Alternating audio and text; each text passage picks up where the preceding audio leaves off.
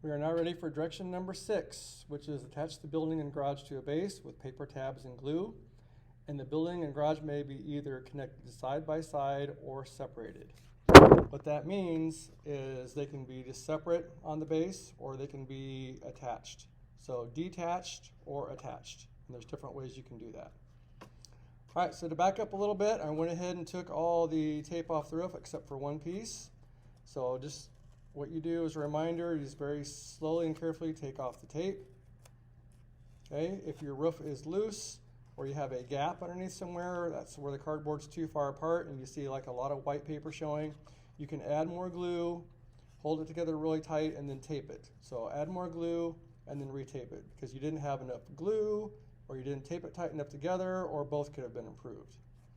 And I went ahead and built the garage kind of as we were going along with the house. I just hadn't really shown the garage yet, so the garage is all built.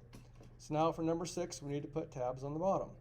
And remember, you should be keeping your house and garage on your paper towel each day with your name on it. You should also have your name or initials showing on your house and garage. That way they don't get mixed up over on the shelves. So what you do first is you're going to have one of these pieces left over for your house. You go ahead and put it on your base pattern and outline trace it, and then you cut it out. So as a reminder, you want to cut out large when you cut things out. And then you go back and you trim just to the right size, as close as you can to the line without cutting it off. So you just go ahead and do this. Remember to take your time when you cut with scissors. So I'll go ahead and cut this out, and then I'll show you how these two patterns will divide up and cut and fold to go on the bottom of the house. Okay, and these little scraps can go to the recycle bin or the garbage. All right, so you have these two pieces. So one of these you're going to divide in half the long way. The other one you're going to divide into thirds. And what you're going to do with this, you're going to cut this long way here. You're going to fold it in half, just like that. So a long hot dog bun fold. So these are going to be 2 of them, and we're only going to need 2 of these. So one of these we're just going to X out and not use. We're just going to need 2 of these pieces that are on here. Okay, so you go ahead, and that one I will not use, the one I put an X on, and then go ahead and cut this in half, and then you fold these also the long way hot dog bun folds. And then they're going to go on the bottom of the house like this all the way around. So I'll go ahead and show that.